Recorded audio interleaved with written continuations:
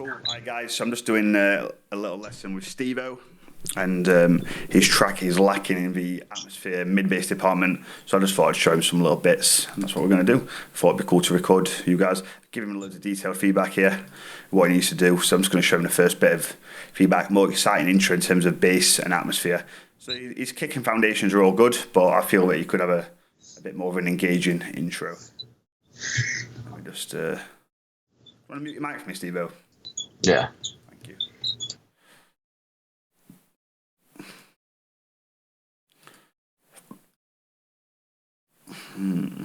Where the fuck? You won't let me open a new one, that's weird.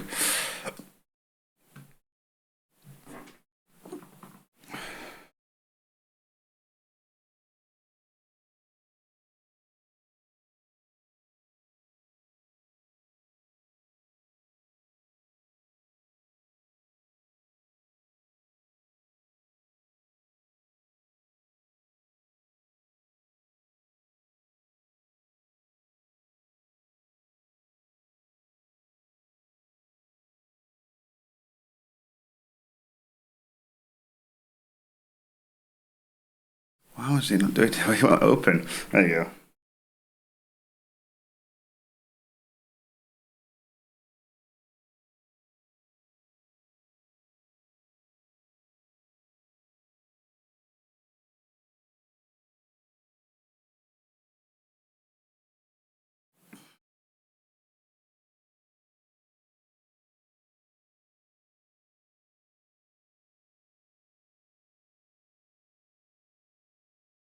Yeah, that's what we wanted. A bit slow on my end. Have to excuse me if I'm slurping my tea. Hopefully this recording is a little bit better with the voice.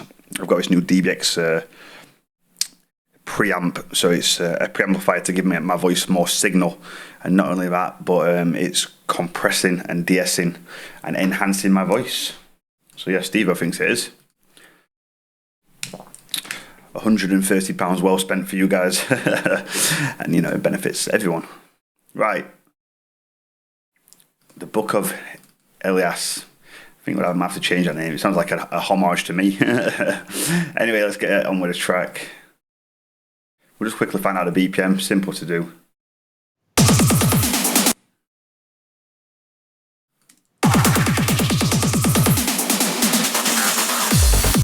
There you go. It's minus. Sorry, it's 138.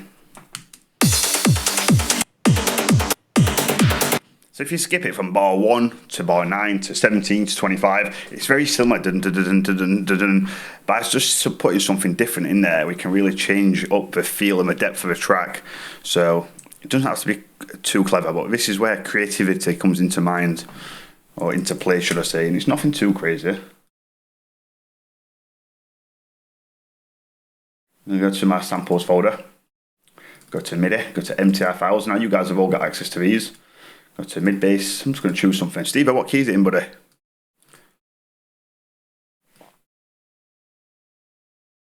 G. There you go. Let's get it in G. Now, I always like to be a little bit creative if I can. So, this is what we've got to work with.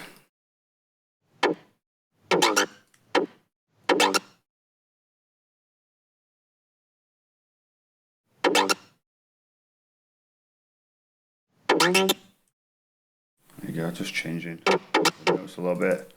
And change up the velocity. Changing up the velocity just gives it a bit more of a feel, rather it makes it less static. Just using random velocity. That's fucking awful right now.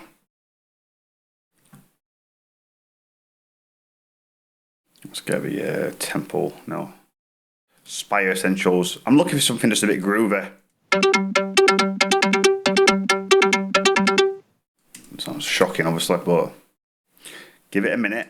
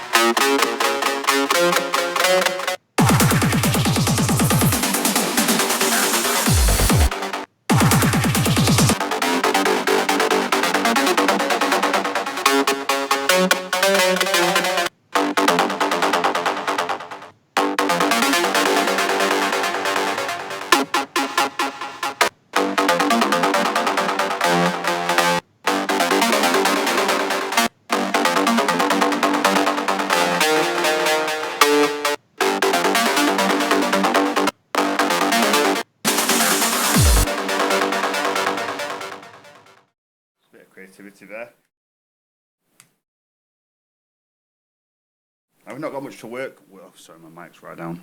Apologies, I've had to.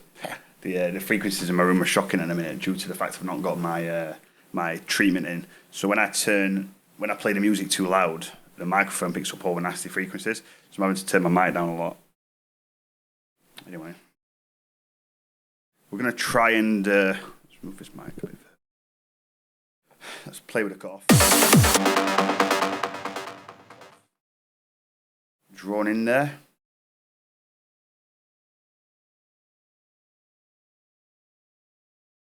I'm also going to attenuate the EQ too, just to fade in a bit more.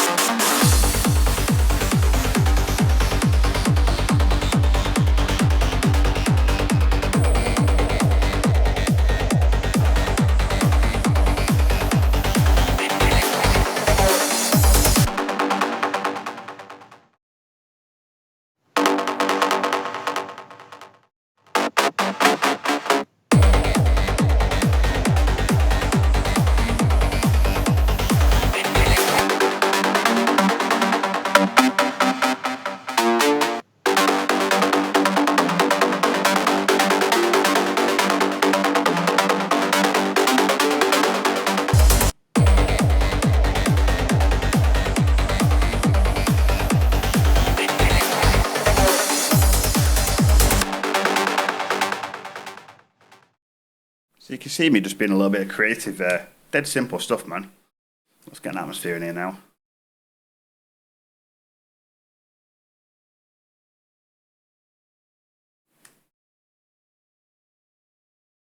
You're all probably sitting there thinking, how do you know to do that, you know?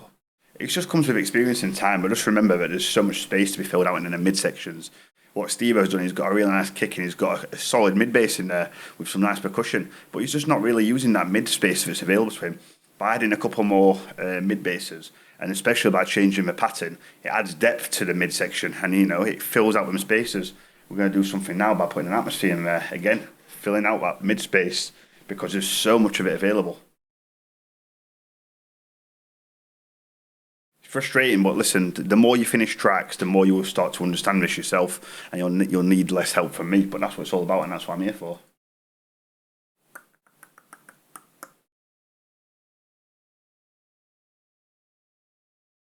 Supposed to use tempo synced effects.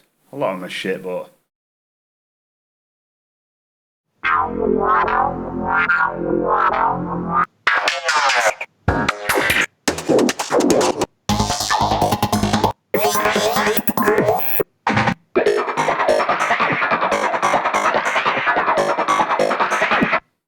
I'm sick.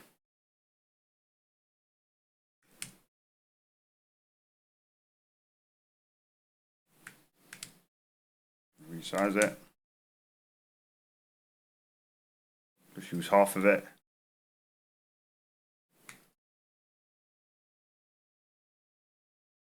It's in G sharp, so it just needs to knock it down a semitone.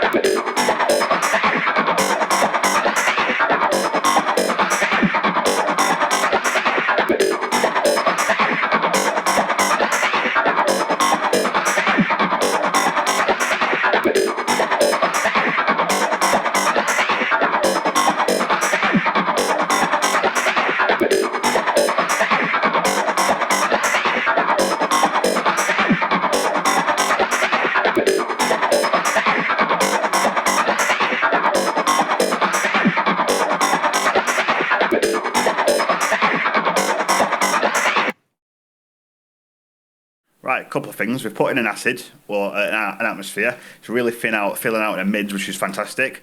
First thing I've done is I've used Sound Shifter to drop it down to the key we want. I then used Maggie Q4 to bring it to life a little bit. I found it was a little bit muddy. Then I've spread it across the stereo field, and I've also wrote the percentage down. Make sure you're spreading things like atmospheres, leads, plucks, all things like this. Maybe not leads, but atmospheres, vocals, chops, percussion, things like that. Make sure you're making use of that stereo field. This is an atmosphere, so it's not a major element. It's more of a content filler. It's going to add atmosphere, obviously, because it's called an atmosphere. So you can spread it wide. There's no method to the madness. So Adam, how much should I spread this? How much should I spread that? Usually your brain a little bit. If I've got an intro pluck and it's quite a prominent sound, I'm not going to be spreading it, am I? 40, 50%. I might spread it 10% to make use of the stereo field. However, if I've got a nice arpeggiator running behind it, and it's a bit of a less of a prominent element, spread it 30, 40%. Just got to learn yourself. Then we've got the spread. I noticed it was clipping. The limiter is really good if you're reaching the top of your peak volume, i.e., if we have a look. Look, it's minus 1.7, so we're nearly clipping, and I might need to turn it up. So by putting a limiter on it, turning the threshold up a little bit, it just allows us to turn the volume up more without going into the red. Simple as that, and that's what limiting is for. Don't get confused about it. Then last but not least, there's a little click on the audio where it stops, so a little fade in and fade out is going to fix that. Now it's just a case of mixing it.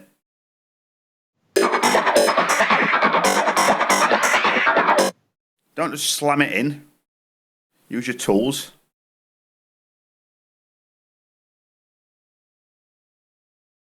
Use this nice low cut filter. And I'm also going to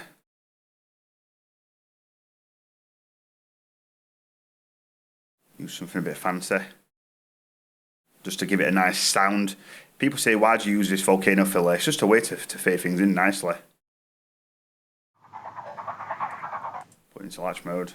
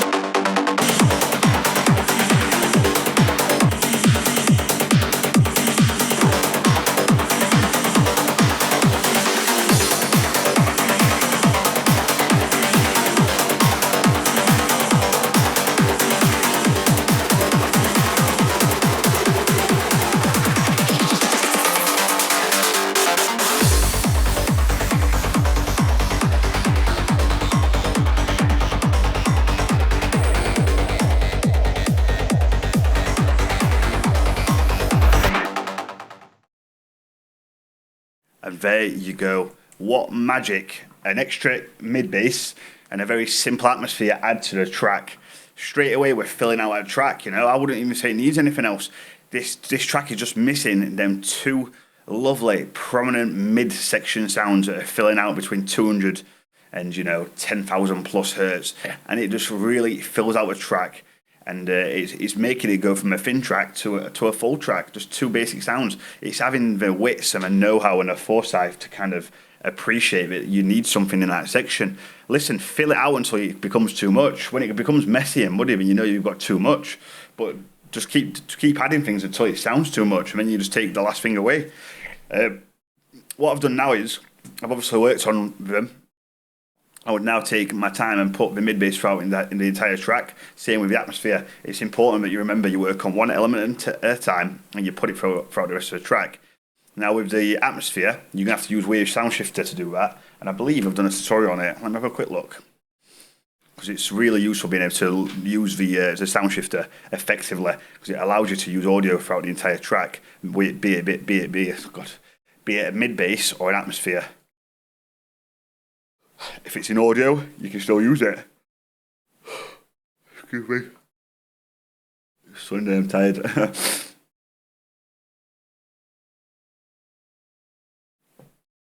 Sound shifter tutorial. There you go. So if you, I'll tell you what, I'll put this in the post I'm about to do. So yeah, really solid lesson there, and I hope you enjoyed it.